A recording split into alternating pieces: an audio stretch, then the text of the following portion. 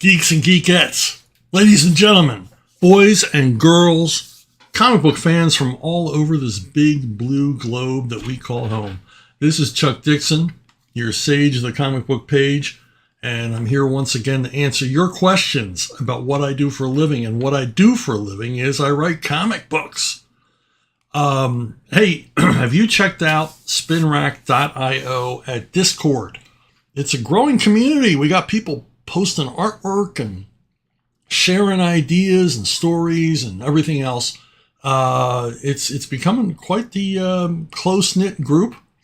And Graham Nolan and I are there overseeing it and adding our own advice and tutelage to any wannabe comic book creators or just comic book fans curious about the creative process of making this medium that we all love so much. So check it out, Discord at spinrack.io. First question, Ian Potash. What are your thoughts on Joel Schumacher being the only Batman director that was an avid reader of the comics as a kid?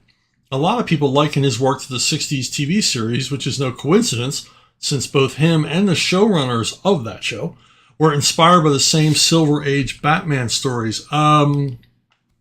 Yeah, every interview I read with Schumacher, he talks about his therapy more than his projects, or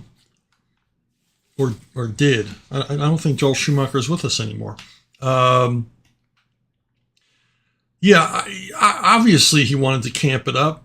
He leaned into the worst aspects of the 1966 show, which were silliness, which worked for the 1966 show because that was a very nuanced production. It was created so that kids would like it and adults would enjoy it from a satirical or parody standpoint. You know, it was very tongue-in-cheek. There's not a lot of tongue-in-cheek about Schumacher. His stuff is outrageously drag show campy, just in your face, defying you to take it seriously.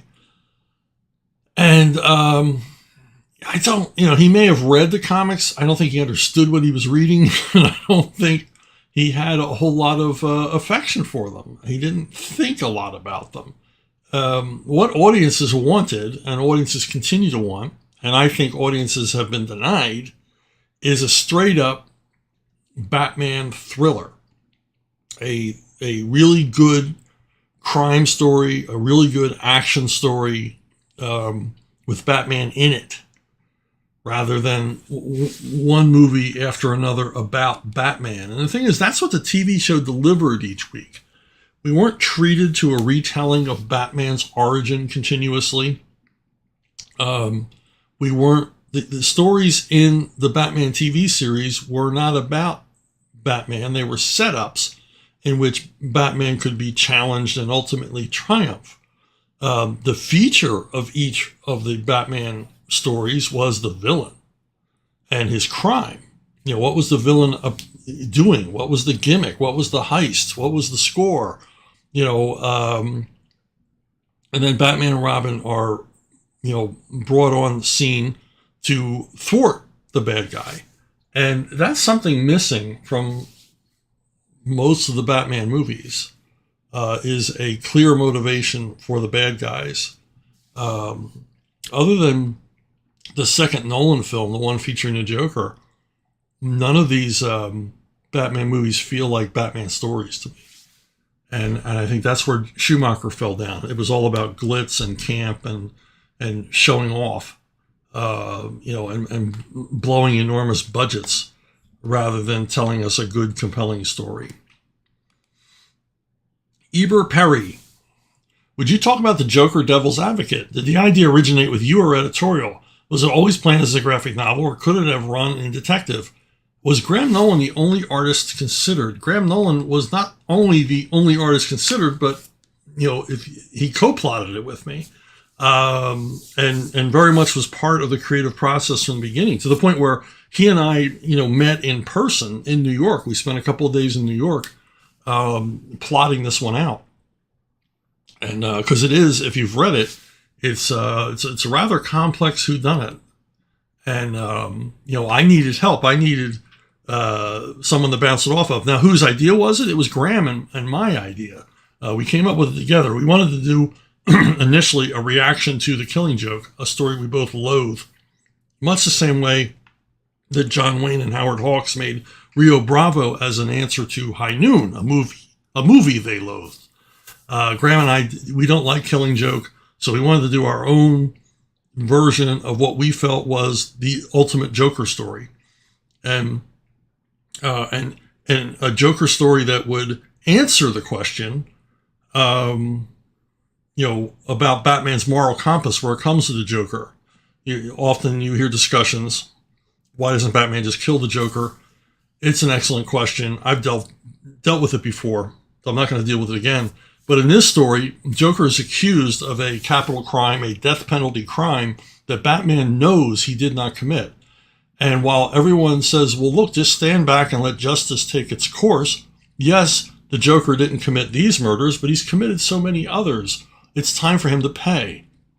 But Batman cannot countenance this. He cannot stand by, because allowing the Joker to go to the electric chair for a crime he did not commit would mean that somebody got away with the crime.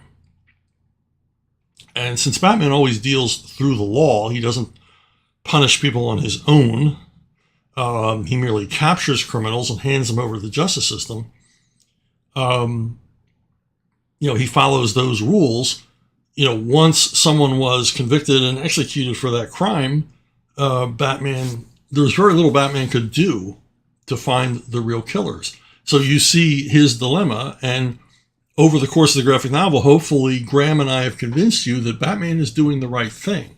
Batman is adhering to the rule of law, unlike so many of our leaders in this country do today, where the rule of law seems to be passé.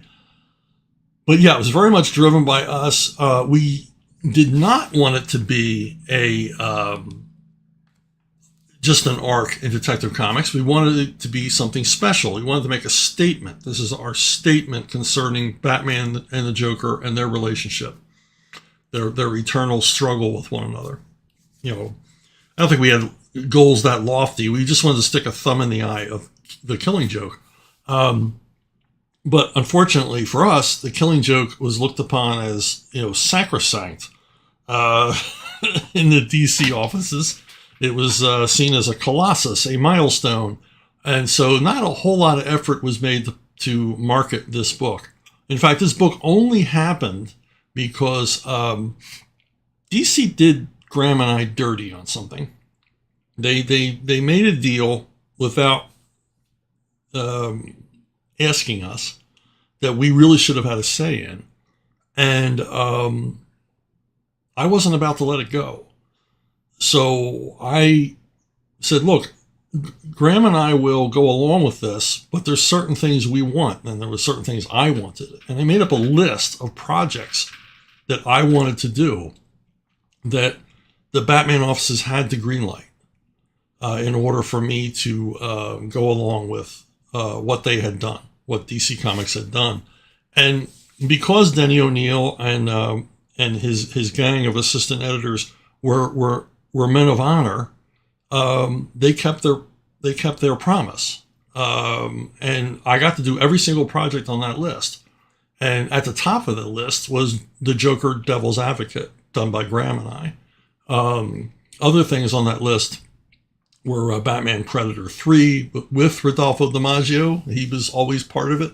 There were a number of other projects on that list, and they honored it. And I got to do all of them. And of course, all of them made money for DC. The Joker Devil's Advocate could make a whole lot more money for DC if they'd ever reprint it and publicize it and put it out there.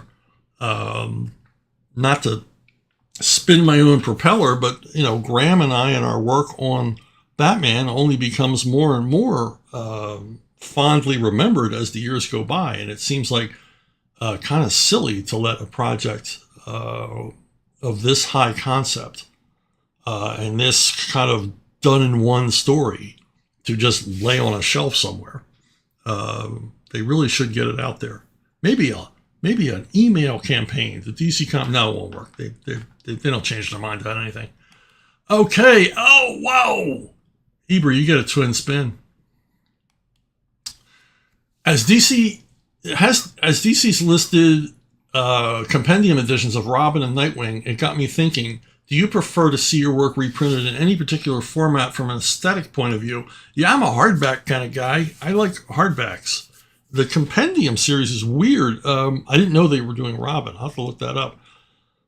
Compendium series from DC is weird. It's a $60 paperback, and they're generally over 1,000 pages. And everybody knows that 1,000-page paperback there's no way to avoid wear on that. That spine is going to wear, it's going to crack, it's going to break. It's not a very sturdy format, especially for $60. They'll probably sell a bunch, and people have assured me that they'll sell a whole bunch because they're cheaper than the omnibuses. But they're not that much cheaper than the omnibuses. Personally, I'd spend the extra $40 or so to get something more lasting, something easier to read, something that falls open easier than one of these big, thick telephone book trade paperbacks, which I find kind of disappointing. So, it's nice they're collecting it, but seriously, I've seen omnibuses of Nightwing runs that came after what Scott McDaniel and I did, and I know for a fact they didn't sell anywhere near what Scott McDaniel and I did. So why did they get an omnibus and we get a cheaper edition? Just asking. From a business point of view, it doesn't make a whole lot of sense. But then so much of what DC Comics does from a business point of view makes absolutely no sense, as I will get into in more detail later on in this video. Roberto Dungato, why do you think some writers completely disregard previous characterizations of characters, regardless of whether they were principal, say Batman Bruce Wayne, or secondary Jimmy Olsen, Harvey Bullock? Do you think it is to pick a bone with the character's creator, or rather a teenage-like rebellion against what was established, or just plain laziness? I put it down to laziness and narcissism. Laziness in that when I would be assigned a character to write, or asked to write a character, even if it's a character that I'd read for years and felt very conversant with and very familiar with, someone like Batman or Green Arrow or Conan or the Punisher. Well, I'm switching from reader to writer now, so I've got to look at the character in a different way. I got to think harder about this character, because I'm going to be creating new adventures. I'm not going to be recalling stuff I've read. I've got to create new stuff with this character, which requires a deeper exploration from my own point of view of what that character is. Now that's not to say that my own point of view will intercede in the work. It's just I have to reach my own personal understanding of this character, and then present them in a way that the reader expects them to be presented. Present them on model, inside the template that everybody's used to, and paying a lot of attention to continuity and all the rest of it, and then try to exceed the reader's expectations within that framework, but not violating it. I mean, it's easy to just take a character and deconstruct them, or destroy them, or do a fish out of water story with them. That's easy. Writing a compelling escapist fiction featuring that character in their classic form without violating it, it takes a little lifting. It takes some thought. It takes some contemplation. It takes an understanding of, which is why I really only generally take on characters I really like, or I appreciate, because I don't have to learn to like the character. But yeah, it's narcissism and laziness. It's thinking I can do this better. I can phone this in. It'll be just fine. It's Batman. It's like pizza. How do you ruin it? Well, you can ruin pizza. We all know that. We've all had Papa John's at one point in our lives when we were desperate and there was no other choice. So it's I guess it's laziness, narcissism, and a level of contempt for what they're writing. Like, this is good enough for them. And the narcissism part is writers who think, I'm going to make my mark on this character. And this character's been around forever, and now I'm going to make my mark. I'm going to have, Batman wet his pants, and that'll make me famous. Everybody will be talking about it. Yeah, everybody will be talking about it, but not in the way you thought. You made a chump of yourself having Batman wet his pants. This is idiotic. It's not what anybody wants to read. It's like I said, nobody wants to read a stupid Batman or a stupid Superman story or a stupid Spider-Man story where they're idiots or they have flaws. These are characters that are, paragons. They are ideals. And they have to remain that way. But that doesn't mean they can't be interesting in their own right if you have a deep understanding of who they are, if you have an understanding of the nuances of the character and can bring them out to a readership that already loves them. So how hard can that be? Just give the readers what they want, and then your job is to give them more than they expected. It seems pretty simple to me, but, that's the work of writing. It's not just thinking things up and putting them on the page. It's thinking about the audience, what they expect, what's come before, the creators who came before you, and anybody who writes with contempt for the creator of the character they're writing, they need to find another job.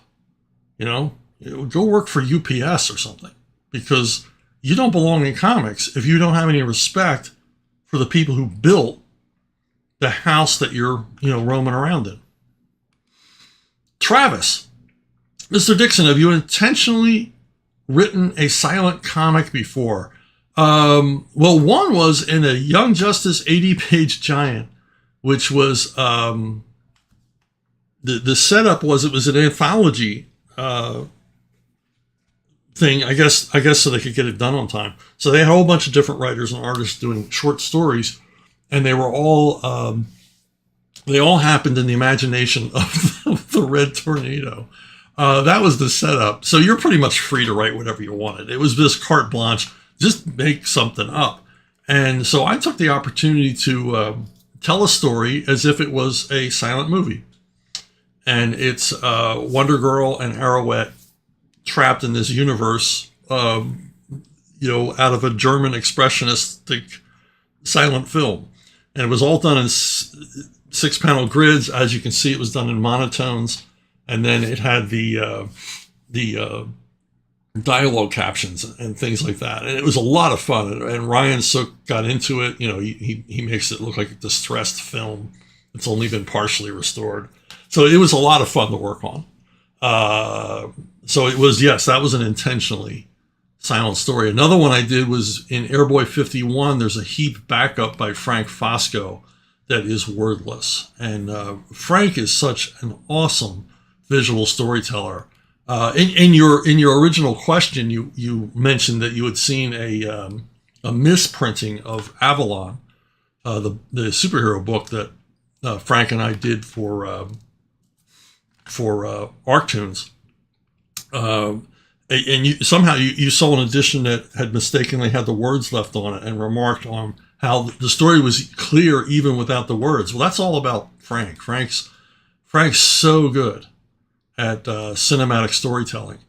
And when the opportunity came to do a heap backup as a stretch goal on Airboy 51, I turned to Frank immediately because I thought he would do a dynamite job, and he did. He did. Just terrific work. And I think I think I did a silent story for Batman Chronicles, but I can't remember. It either featured Killer Croc or Harold, the assistant tech maintenance guy that used to live in the Batcave back in the 90s. But and possibly I've done other silent stories. I just can't recall them right now. So any Chuck Dixon fans out there who know my bibliography backwards and forwards, maybe you can suggest other stories I did that were wordless. Martin Acosta, I was watching your Ask Chuck Dixon 156, and at the end of your recounting of your argument with James Earl Jones, I was left wondering what would be, in Chuck's eye, the 3 most unusual things he has signed on for a fan. So if you don't mind, what are in your eyes the 3 most unusual things you've signed on for a fan? I can't. The weirdest thing I ever signed was I signed somebody held their baby up and I signed the diaper. They wanted their diaper signed. And that makes no sense on the face of it.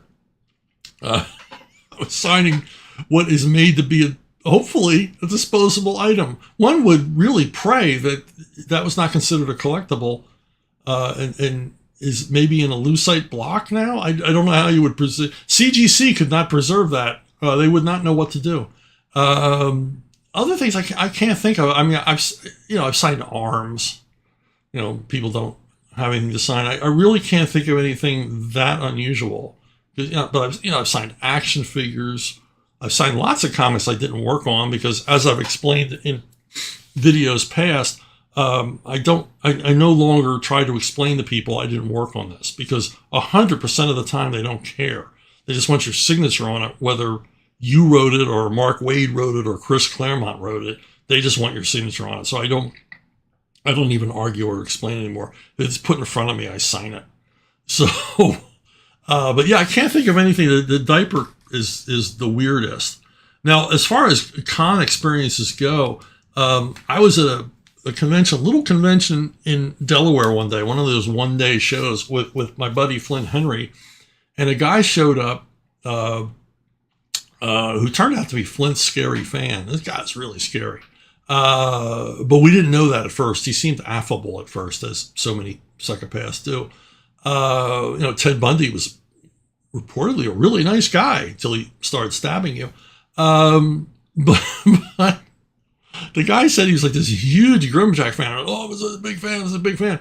And it's like, you hear that a lot. Like, I'm a big fan. And we're like, yeah, okay, that's great. But this guy had to prove it. And he strips off his shirt, turns around, and he has over his entire back a Grimjack, reproduced Grimjack, like from the waist up, much like this drawing, done by Flint. Basically, the tattoo artist copied Flint. If you know anything about Flint's work, man, it is noodly. Flint throws in the detail. And this was like this highly detailed Grimjack drawing that covered the guy's entire back. It must have cost like $2,000 in I don't know what tattoos cost. This one must have cost a fortune. And we were both taken aback because, first of all, it was impressive. And secondly, it was kind of frightening that someone would, be this dedicated to anything, to have their entire back covered by it. And I remember saying to Flint, I said, look at that. Every line you drew was painful for this guy. And I think Flint responded, yeah, it was painful for me too. The ever self-effacing Flint Henry. But that's one of the weirdest. It's not a signing thing or anything else, but your question recalled the story to me. I can't imagine having anything by Flint permanently etched on my skin. It must have taken days. David Mason. You have worked with some of my favorite artists in the 90s, Scott McDaniel, Tom Grummett, and Tom Lyle. Norm Breyfogle has always been one of my favorite Batman artists. Would you mind sharing your experience working with him as an artist? Did you both work on another issue together that I'm not aware of? What did you think of his visual style? Norm is a very private guy. He was like into meditation, he was a very serious guy. Not unfriendly, just, you could tell this guy was serious. Like he was like an old soul. For a young guy. And, I worked with him on that one issue with Detective. He kind of bridged the gap between my regular detective artist and then when Graham came on Detective. And obviously I loved working with him. This period leading up to Nightfall, leading up to me being hired on Detective, is one of my favorite runs of Batman. Alan Grant and Norm Breyfogle were just killing it on Batman, just doing terrific work. And you're right, Norm's work on Batman was a game changer because he kind of loosened the character's physicality up. So he wasn't always as, brooding and crouching in shadows and stuff like that. Norm was really, really good at drawing Batman in action.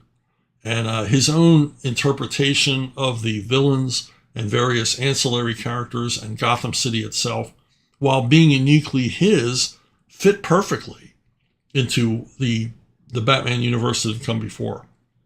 So yeah, I liked working with him. I didn't have a lot of interaction with him. He came to one Bat Summit, so I did get to meet him and spend some time talking to him.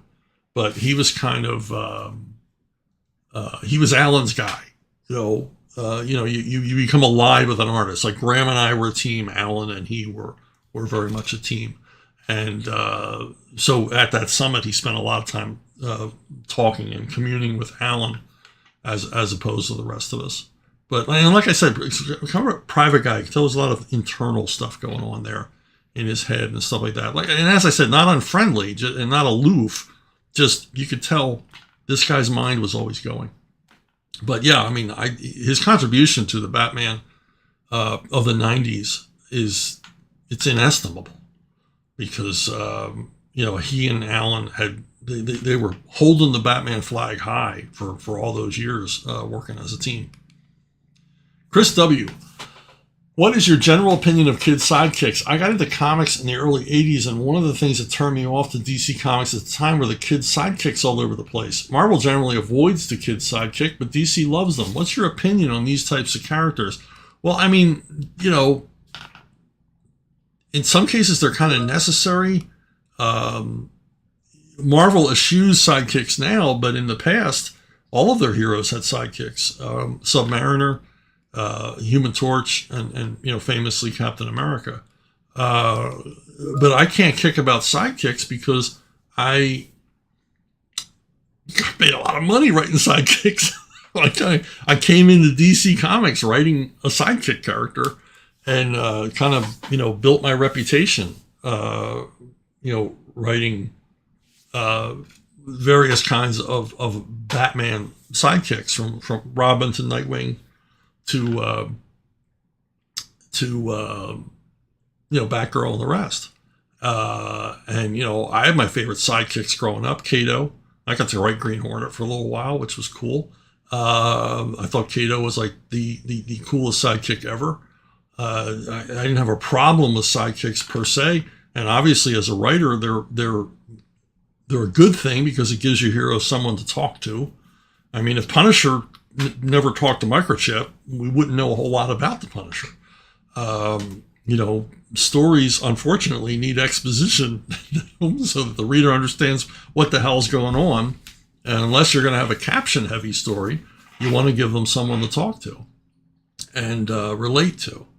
And also the sidekick thing, that relationship, Modesty and Willie, Batman and Robin, Green Hornet and Kato, that becomes like a cool relationship, like a Three Musketeers, one for all and all for one kind of thing. The friendship, the loyalty, Semper Fidelis between these two heroic characters is a cool thing. I mean, it's at the bottom of, every Western hero in the 30s and 40s had a comedy relief sidekick who was his loyal companion, his partner. The buddy cop film, all these things. There's an appeal there of this, bromance between two heroic figures. Now, at Marvel, like I said, they used to have sidekicks, then they eschewed them entirely, and sort of made it, brought forward the question of the kid sidekick right in your face with, the death of Bucky, and Captain America's grieving over Bucky's death and all the rest of it. And that's what was going on when I was a kid. And it was wow, this is, to me as a kid, I'm like, this is kind of adult, looking at the idea of, I took on this teenager to help me fight, Nazis, and he died because of it. I shouldn't have done that. And Cap with all the guilt and everything else. And you began, as a kid thinking, well, geez, I wonder what if Batman would go through this same process if Robin were to die. And so yeah, I mean, Marvel, the sidekick was kind of treated as a tragic figure. And even though I tried to introduce a sidekick for Moon Knight, Midnight, it didn't catch on. But it gave me some story grist for a while. But the character never caught on. But it was kind of practice for me writing a hero and sidekick situation.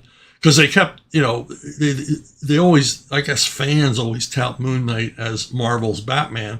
And I wanted to show the fallacy in that, where he takes on a sidekick who is reluctantly takes on a sidekick, doesn't really want one. And of course, I've also explored the sidekick aspect with Tad Ryerstad, the would-be Nightwing imitator in Nightwing, where Tad is, he's a sicko. He's a psycho. He's dangerous, but he sees himself as a hero, and he definitely wants to be Nightwing.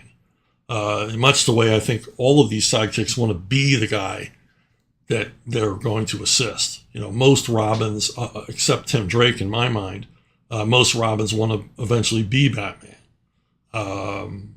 And I assume Bucky eventually wanted to be Captain America. He would be next in line. And Tad Ryerstad wanted to be that for Dick Grayson in Bloodhaven. But of course, that was never to be because Tad's moral compass was broken. He's a hateful little creep.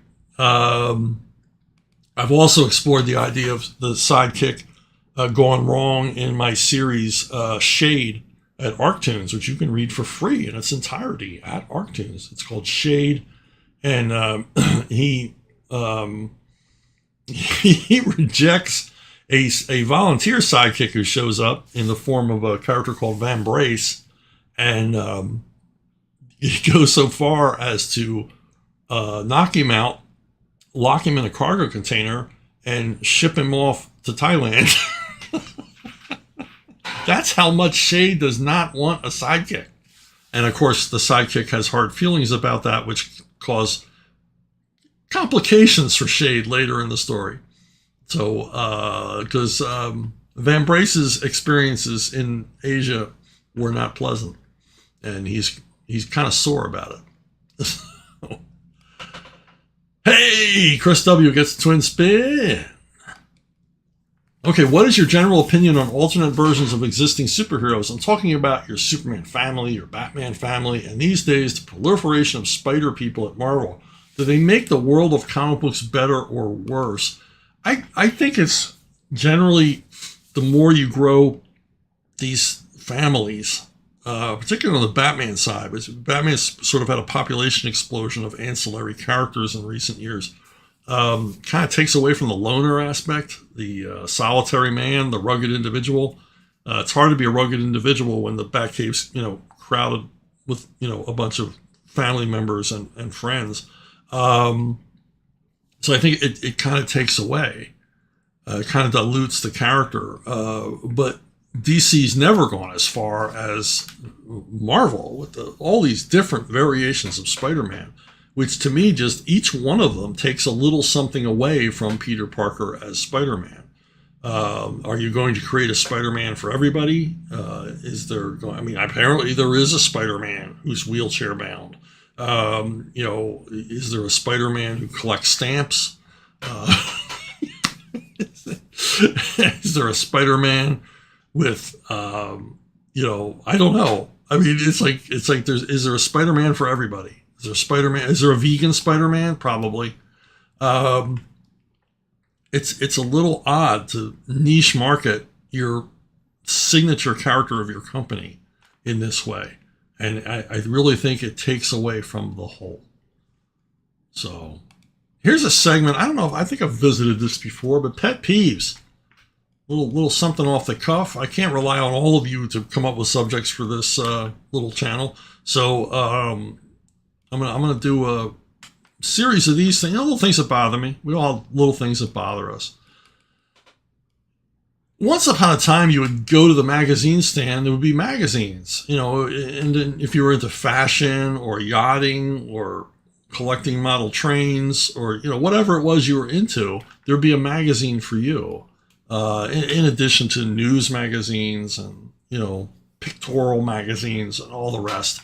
And if you've been by a magazine stand recently, you've seen it's all changed. It all seems to be these special issues about, pop icons, things that are already popular, that maybe you might want to read a little bit more about. And these are like extra thick special volumes from the different magazine publishers. And they dive on a Google search, or maybe a Wikipedia entry with more pictures and just to print it on paper. That's what they come across as. And I understand the marketing. It's a shame that regular magazines are failing the way they are. But of course, a lot of that is the magazine publisher's fault for not understanding the audience and trying to run a political agenda. I mean, if you've ever looked at like a teen girls magazine recently, it's unrecognizable. Karl Marx seems to inspire more of the articles than, the latest fan fave teen girl crush. But the marketing behind these, I remember back at Eclipse Comics when Dean Mulaney told me that whenever they put Marilyn Monroe or Elvis on a comic book cover, it sold more. He said, because there are people who will buy anything with Marilyn Monroe or Elvis on it. And I understood that. In the 70s, back when I was still a Star Wars fan, I would pick up any magazine that had Star Wars on the cover. The only time I ever bought People magazines because it had, Carrie Fisher and Darth Vader on the cover. Rolling Stone, I still have this collection of magazines that have Star Wars covers. So I'm guilty of this as well. And that's what it is. It's, you go by the magazine stand and something catches your eye. It's like, oh, it's it's the essential guide to X-Files, and I'm an X-Files fan. So, I get the marketing. It's just a shame that this is what magazines have come to, is, printing endless bunches of specials. Now, that's not my pet peeve, because like I said, I understand it.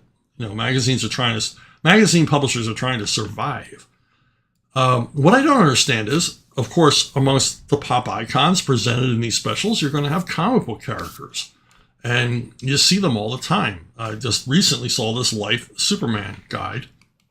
DC's had their characters featured, Marvel's had their characters featured, and apparently they sell because they continue doing them. But there's something missing in these things. They review their history of the character. They review, the movie appearances and TV appearances and some background on the original creators and everything else. But what these things miss, and these are like 64 to 80 page magazines. What's missing from every single one of them is comics.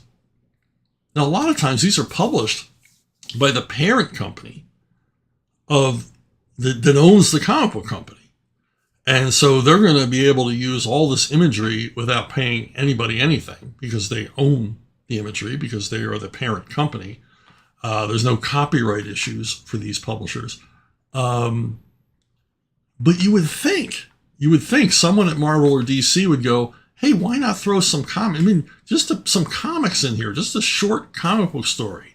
In fact, why don't we create a special comic book story just for this magazine, maybe a 5 to 8 page story, and we'll put our best writers and our best artists on it and really try to make an impression so that somebody picking up this Superman magazine to read about Christopher Reeve will be exposed to some really awesome comic book material. And maybe, just maybe, they might want to read more comics. They might seek out more Superman or Batman or Spider-Man or Black Panther or whatever the magazine's main feature was. And you would think that they would do that, but they never do. They have these specials about comic book characters in which no comics appear. And that's like really, really sad because the model of success is there. Back in the 90s, it was a magazine publisher. It was publishing magazines for kids. And they had Barbie and Barney the Dinosaur and, whatever. This, that, and the other thing. And they published a Spider-Man magazine and they published a Superman and Batman magazine, largely based on the animated stuff. Now, DC Comics provided them brand new comic book material for the Superman and Batman books. And it was top drawer stuff. Mostly Ty Templeton created a lot of it. And it was really fun stories. We would get these in our comp packs when I worked at DC. And I always enjoyed getting this magazine because the comics would be really fun. You know, they'd be funny or compelling adventure. Ty and the other creators working on these were doing an awesome job. And over at Marvel, they had a Spider-Man magazine, much the same. Now, I don't know if they created new material for the Spider-Man magazine, but I do know DC created new material for the Batman and Superman magazine. And consequently, the Batman and Superman magazine sold 500,000 copies a month, which was more than any monthly comic at DC was selling. So they were reaching an audience with that magazine that they weren't reaching with their own comics, simply because of where it was racked, simply because the magazine was appearing in venues where there were no comics. So, so this was like a great outreach to get new fans. Now, Marvel ended up buying this magazine company. DC pulled Batman Superman magazine from the roster because they didn't want Marvel distributing DC material, which to me seemed kind of silly. You're making the same money. Who cares who distributed it? I mean, Marvel initially was distributed by DC. So this is the shoe on the other foot. So they just canceled the magazine. And Ty Templeton told me, I've told the story before, I'll make it brief. Ty Templeton told me that he went to the people at DC, the powers that be, and said, well, let's continue doing the magazines. 500,000 copies a month. Let's continue doing it. And the powers that be said, well, we don't have anybody in-house that can do that. And his answer was, for 500,000 copies a month, you think you could hire someone to put this magazine together? He says, and Ty volunteered to put it together. He volunteered to be the editor and help hire people to create the content, create a lot of the content himself. He was really avid about keeping this magazine alive, but DC didn't want to hear of it. And so they lost all of that potential exposure and money, because at $500,000, instead of getting a licensing fee, they would have gotten a piece of that retail price at the stands. So it's a shame, because, the selling point of these magazines was all new material. So if you promoted it right, a lot of comic fans would have wanted to buy this magazine as well. You could have increased sales by distributing through the direct market as well as on the newsstand, and could have turned this into a hit. If anything, have the bragging rights of saying this is the highest selling of these kind of magazines. We beat Marvel at their own game. And again, when you have an opportunity like they did with the Superman Spider-Man crossover, like I discussed recently, you put your best foot forward, you put your best work, you got a chance to reach a larger audience, you're going to grab that every single time. On a similar note, you may remember Disney Adventures. It would be on the Impulse rack next to the Archie comics at the supermarket. And Disney Adventures sold 1 million copies a month. And they always had comics in them. Now, Disney did nothing to exploit this. They didn't, do much in the way of a comic book line, but they did include comics. They didn't understand that kids like to read comics, and they would include them. And they did very well. The only reason that Disney stopped doing it is because Disney's run by morons, and they weren't happy with just 1 million circulation a month. So they pulled the plug on it. They thought that I don't know how, I guess they thought they wanted 5 million, or somehow it was an insult to Disney. But at 1 million a month, the only way forward is up. I mean, you could increase your distribution, all kinds of things. But, Disney, it's a success doesn't come easy to Disney. They just abandon stuff instead of actually having to do their jobs. Hey, if you need to reach me, help me do my job, you can reach me at brunobookstore@gmail.com, brunobookstore@gmail.com. That is the most reliable way to reach me. And hey, this offer still stands. It's not going to stand forever. If you go to Subscribestar, Chuck Dixon, and you join at the $5 level, you'll get a free this first issue, European album-sized issue of My Sister Suprema. We're calling it the Origin issue. It's a 48-page, oversized, paperback, and featuring the fabulous art of Anthony Gonzalez Clark. And it is the beginning of the My Sister Suprema story in print, with additional art and revised art by Anthony. And $5 at the $5 level at Subscribe Chuck Dixon. This can be yours. So that's it for me this week. Thanks for listening. Thanks for watching. And I'll see every single one of you, I hope, down the